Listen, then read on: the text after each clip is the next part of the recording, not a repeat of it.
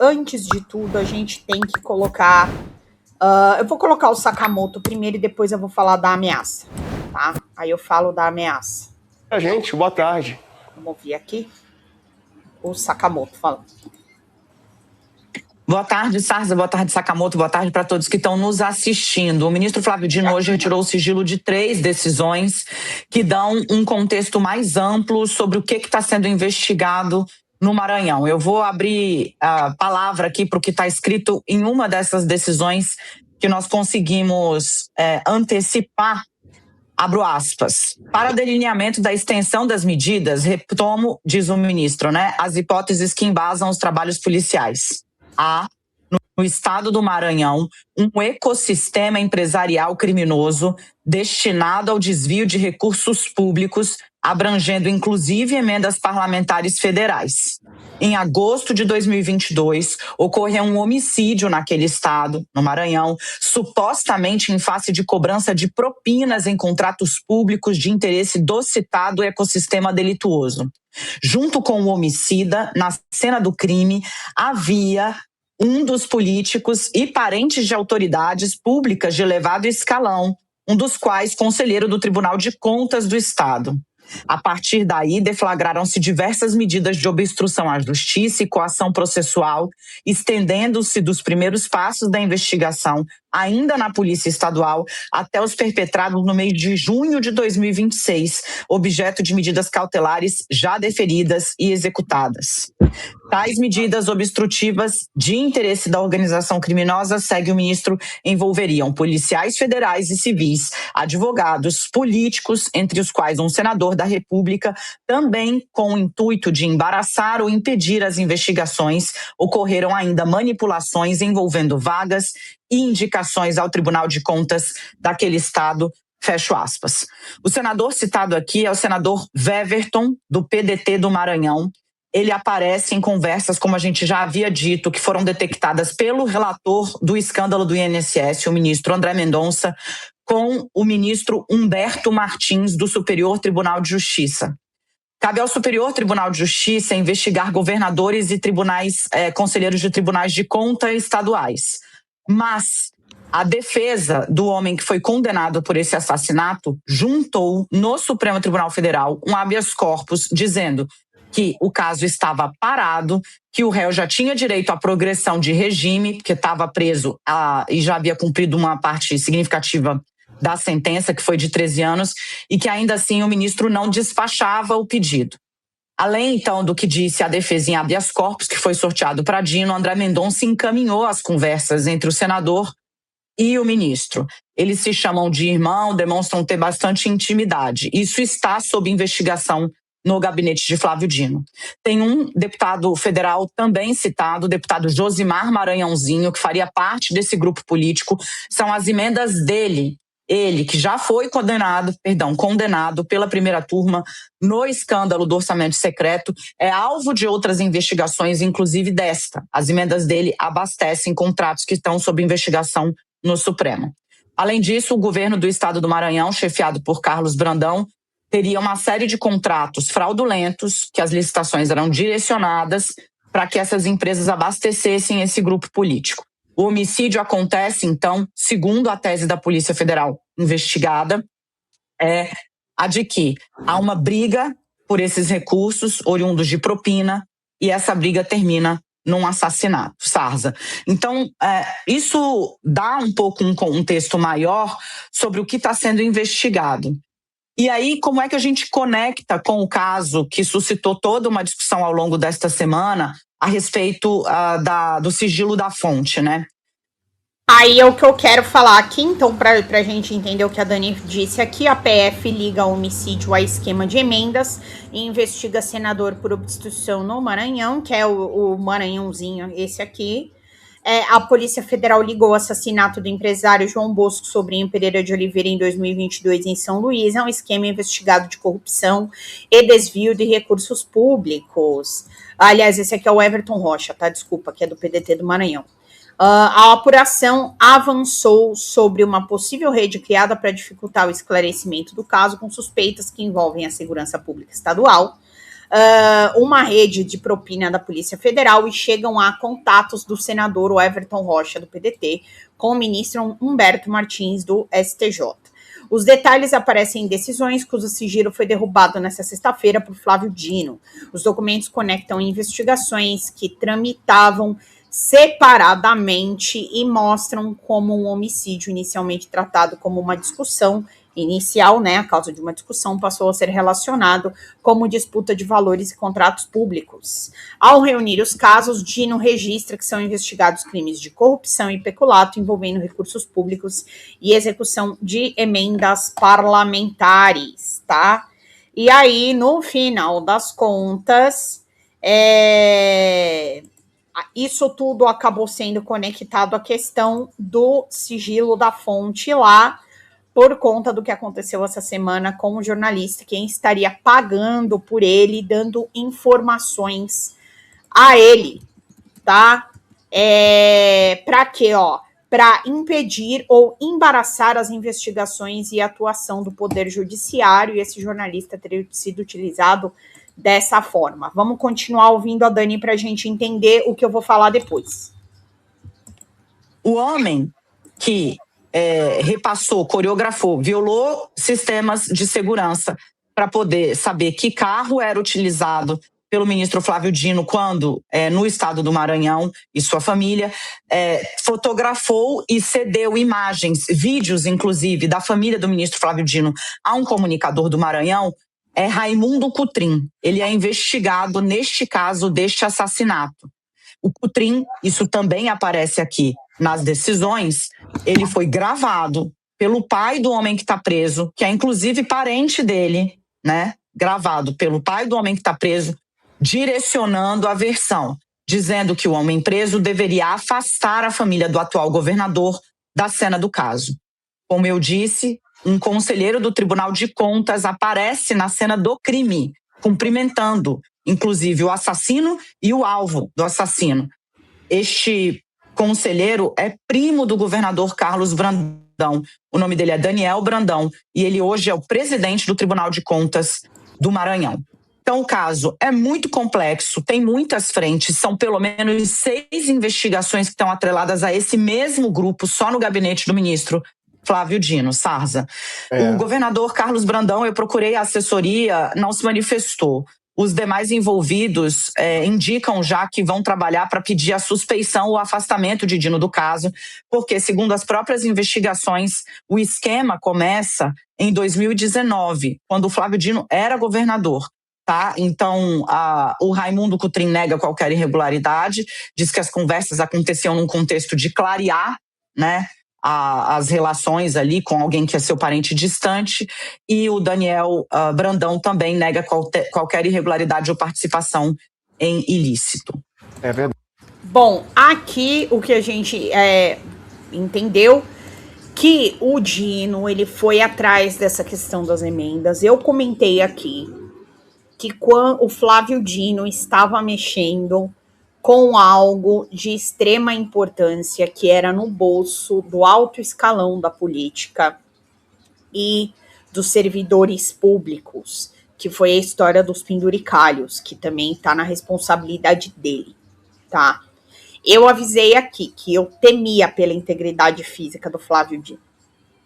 Eu falei aqui, quem acompanha lembra. Eu falei, o Flávio Dino está mexendo com coisas que são extremamente complicadas na nossa república. Ele está mexendo num vespeiro sem fim. E hoje foi deflagrada a situação, uma ameaça ao Flávio Dino por conta dessa história, tá? Como teria começado em 2019 e ele era governador do Maranhão naquela época, então pode ser que ele seja aí afastado do caso, porque a história virou um monte de coisa, né? Então aí ele, como governador do estado, não teria como ele julgar, então acho que até tá correta essa medida. E aqui vale a pena a gente conversar sobre o que aconteceu hoje, sobre essa ameaça. Mas, gente, deixa eu falar uma coisa para vocês. Bora lá, através do Superchat, através dos Super Stickers. A nossa live está na 3ª hora, tá? E eu preciso de vocês pra gente poder bater meta e poder continuar o programa, tá? Então, essa semana foi uma semana difícil de audiência, uma semana que às vezes o nosso algoritmo não entrega nesse horário, as lives da noite tem um pouco disso ainda, o canal não tinha lives à noite, então por isso que às vezes é difícil, não entrega, mas gente, eu preciso de vocês para continuar fazendo o meu trabalho. Então, ó, faltam R$61 ainda para nossa meta. Quem puder agora, ó, R$61, são 12 pessoas dando 5, ou 6 pessoas dando 10. Quem puder vir com 10 agora vai ajudar demais. Pode mandar no Pix, se você tiver 10, é pela continuidade mesmo. É ano eleitoral, a gente tá brigando com o campo opositor, a gente tá brigando com o algoritmo, a gente tá sendo resistência, só que a gente tem conta para pagar do canal. E sem vocês a gente não consegue, tá? Então, se vocês gostam de ter um jornal à noite, eu conto com vocês para colaborar aqui com a nossa meta, tá? Falta R$61 ainda, gente, então bora lá. Para a gente poder pontuar e classificar isso, mas tem um blogueiro, um influenciador de direita nas redes sociais que tem mais de 3,5 milhões de seguidores, a gente não vai dar o nome dele aqui para não fazer propaganda, como diz a Dani, mas que lá mesmo ele coloca que Flávio Dino deveria, neste momento, se preocupar com atiradores. É o que ele diz numa postagem. O perfil desse influenciador tem vídeos em que ele apoia, inclusive, o tarifaço dos Estados Unidos contra o Brasil. Em publicações anteriores, ele afirma que o velório mais aguardado do Brasil é do Lula, inclusive de Alexandre de Moraes, uma referência a Alexandre de Moraes, o Supremo e o presidente da República. No vídeo sobre Dino, gravado nessa esteira da polêmica instalada, né, a partir da busca e apreensão determinada por... Ai, Kelly, eu não veio a tua mensagem. Gente, sério, o StreamYard tá me zoando hoje. O StreamYard tá me zoando, Kelly, não é culpa tua. É a segunda vez que me mandam mensagem falando do Pix e que não entra pra mim.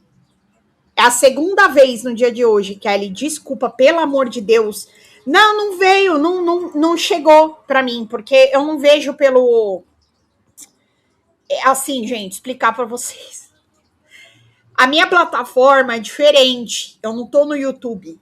Eu tô na plataforma que transmite para vocês, que eu dou play para transmitir. E aí, nela, tudo que vocês me mandam pelo Facebook, pelo YouTube, que são os dois lugares que a nossa live é transmitida, aparece para mim aqui de mensagem. Só que hoje já é a segunda vez que uma pessoa fala que ajudou a live. A primeira foi a que tá sempre com a gente aqui, super querida, Nilvânia. Aconteceu a mesma coisa com ela. Ela me falou que tinha mandado o Pix, a mensagem não apareceu. Uma grande palhaçada, né? Ele está contra o trabalhador hoje, o StreamYard aqui. Kelly, sem palavras para te agradecer, minha querida. Muito obrigada. Muito obrigada. É o StreamYard que tá me trollando, viu, minha amiga? Você me desculpa mesmo. Morais de dados de políticos do Maranhão que violaram o sigilo de esquema de segurança do ministro. Esse influenciador afirma que vocês estão perseguindo o jornalista porque ele denunciou um pouco da mamata de vocês no Estado. Bem, vocês têm que começar a se preocupar agora com atirador perseguindo vocês, porque um jornalista e um blogueiro não vai fazer nada além de mostrar para o mundo quem vocês são de verdade. Bom, vamos lá. Para quem está conosco na TV, o intervalo, mas a gente segue nessa conversa pelo nosso YouTube, UOL no YouTube. É uma ameaça, Josias? Isso quer dizer... Sem nenhuma dúvida. Sem nenhuma dúvida. É uma incitação ao crime, não? Quando um influenciador de má influência diz que o ministro do Supremo deveria se preocupar com atiradores, e esse influenciador não é um qualquer, se tem 3 milhões de seguidores, tem gente do outro lado observando, claramente ele está incitando ao crime, não? Um personagem como esse deve ser imediatamente acionado a polícia para chamá-lo a depor e mostrar a ele que tem lei no Brasil, né? E a lei que vale para fora das redes sociais vale também para dentro do universo digital. Estamos diante de um claro caso de incitação ao crime, Fabíola, que exige providências. Mairovich, vamos lá. Quero te ouvir também. Por exemplo, o fato... O Mairovich é o jurista oficial do UOL, vai sempre ele, o Pedro Serrano. Eu tenho gostado bastante da opinião dele, vamos ver o que ele diz aqui. Vamos ao caminho da legalidade democrática. Primeiro ponto, se ele está ameaçado, e isso é gravíssimo, isso que você mencionou há pouco, mais grave ainda. Se ele está ameaçado, existe o caminho para que se faça o quê? Se faça uma repressão. Se isto fosse mandado a um juiz de primeiro grau, eu tenho certeza absoluta que algumas ordens de prisão sairiam, como, por exemplo, essa desse que acabou de escrever esse monte de estultices e essa ameaça. Então, veja, mas tudo tem modos e rebus, como dizia o poeta Horácio 35 anos antes de Cristo. Tudo tem a sua maneira. Tá? Então, vamos agora falar do Dino, que ele está sofrendo o sofrimento, e vamos esquecer que é o próprio Supremo que virou pretório, que virou o quê? Uma guarda pretoriana para defender os seus? Não é o sistema. Não é o sistema. Josias, você falou, como sempre, muito bem, é até dispensável dizer isso, mas eu friso, mas você falou da liberdade de imprensa. Mas tem um outro princípio constitucional fortíssimo, muito mais forte, que evita o juízo de exceção, o juiz de exceção. É o princípio que no mundo civilizado, em todas as constituições, se chama juiz natural. É o Supremo juiz natural desse inquérito? Não é. Não é. Não interessa se a gente for para a gravidade. Nós estamos arrumando desculpa. O Flávio Dino está passando por momentos difíceis. Está, não há dúvida a respeito, mas existe na democracia o Estado de Direito, é o Estado das leis, é o Estado que estabelece Constituição como princípio pétreo para evitar juízo de exceção. Quando um juiz atua sem competência, está havendo juiz de exceção. Nós vivemos isso na nossa história, juízes de exceção no período da ditadura militar. Então não se pode, o Supremo não pode, e se perde. Isso para um operador do direito dói, porque é o princípio maior do juiz natural. A primeira coisa que o juiz tem que ver é se ele é competente. Se a gente ficar na história do Dino, que é grave, não há dúvida nenhuma, tem aqui a solidariedade de todos os civilizados, não se pode fazer isso, mas isso é uma coisa. Mas como se combate isso? Pelo caminho natural, constitucional do Estado de Direito. O foco é esse, não vamos desviar o foco. Então, ficar, olha, é isso, é aquilo, a família. Sim, é grave. Como também é grave, ele falou de um processo que ele está... Seria esse processo do Maranhão? Onde ele estaria impedido? Resposta, sim, é um processo do Maranhão. Ele tem tranquilidade? Ele, de alguma forma, isso se passou no governo ou num período de atuação política dele? Sim. Ele está impedido? Tá. E em razão desse processo está acontecendo tudo isso? Eu não estou justificando. Está acontecendo isso, é coisa de bandido, isso é coisa de criminoso. Mas percebe que o Supremo também, então ele quer um poder para ter uma polícia, aumentaram o poder dessa polícia, que é inconstitucional também essa porcaria do Toffoli, essa porcaria de ideia do Toffoli, que aumenta isso. Então o Supremo, de repente, virou o quê? Tem uma guarda pretoriana lá, tem pitbull soltos, tem os pás da RAM. Ele não pode concentrar isso, ele tem que se manter isento. Então, tem ameaça? Tem, vai se apurar no devido lugar, corretamente, ou se desconfia que isso não será apurado, que alguém vai deixar o Dino tomar um tiro, ou que a família dele vai continuar sendo perturbada. Porque vejam, o que ele precisa, um juiz é evidente que precisa de segurança, precisa de carro blindado, essa matéria foi uma porcaria, foi sensacionalista, mas e daí? Olha a confusão que isso está gerando, por quê? Porque o Supremo ainda quer manter a sua guarda pretoriana, o Fachin dos leigo-leios, do lero-lero, do Rolando-lero, ora ele fala do código de ética, sem sanção, é a pura recomendação, e fala bonito aqui, bonito dali, e vira um zero à esquerda. Agora, voltamos a escutar de novo obviedades. Até quando o Supremo vai manter isso? A gente está aqui acompanhando essa situação e aí tem essa questão dessa ameaça desse influenciador. Nesse caso, o Mairovich, dessa coluna da Dani, que ela fala desse influenciador, que fala assim, é melhor ele começar a se preocupar com atiradores. O que é preciso fazer nesse caso? Quer dizer, publicamente, numa rede social, ele que tem 3,5 milhões de seguidores, ele pode falar isso? É evidente que ele está fazendo uma ameaça usando redes sociais. Ele está incitando o crime.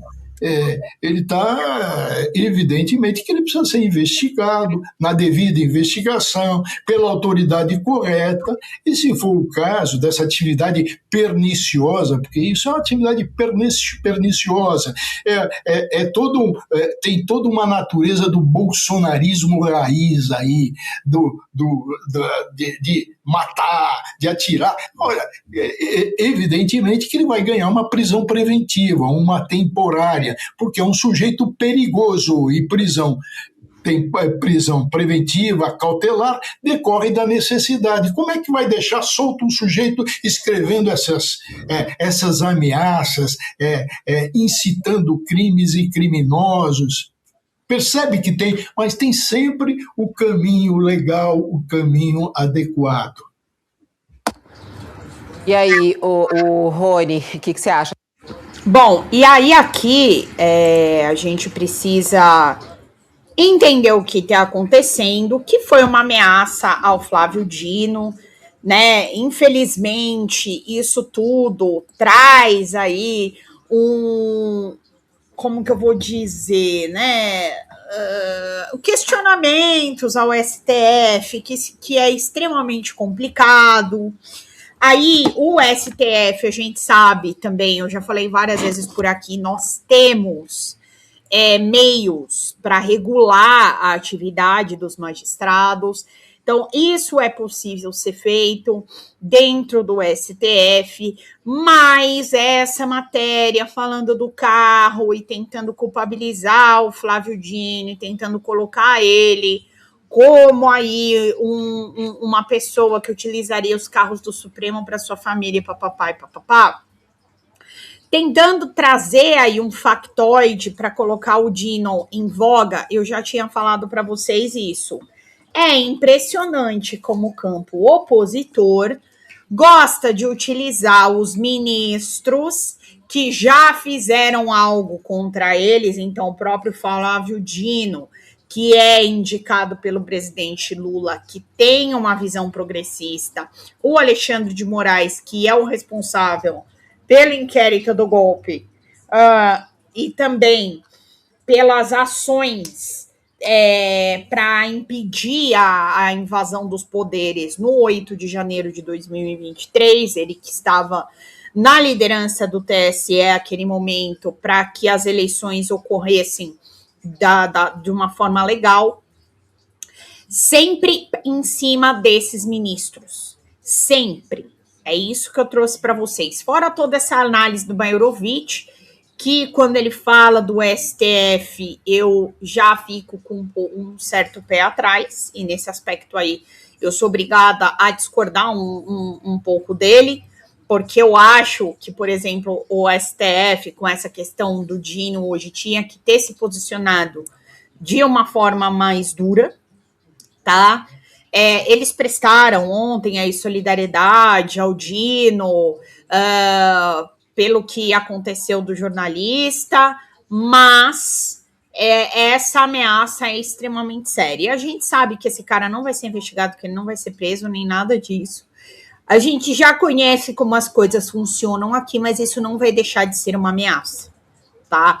Então, eu acho que aqui não é uma questão de nós irmos para cima do STF. Eu acho que o STF teria que investigar.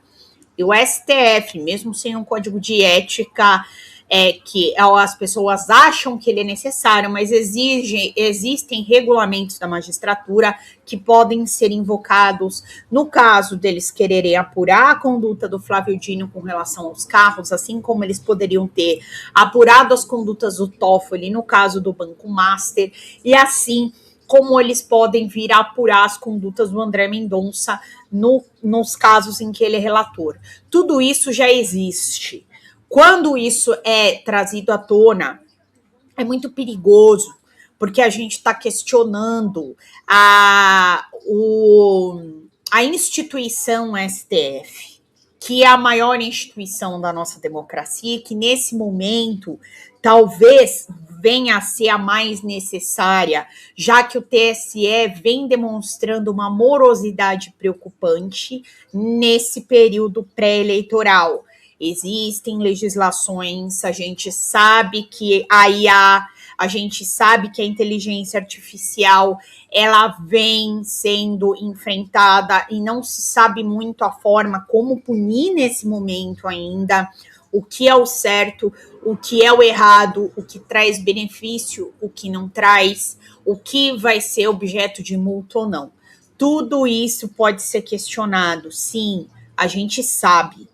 A gente sabia que não ia ser fácil, mas o TSE é a nossa maior instituição eleitoreira do país, também tem que assegurar as nossas instituições democráticas, sendo a maior delas o voto.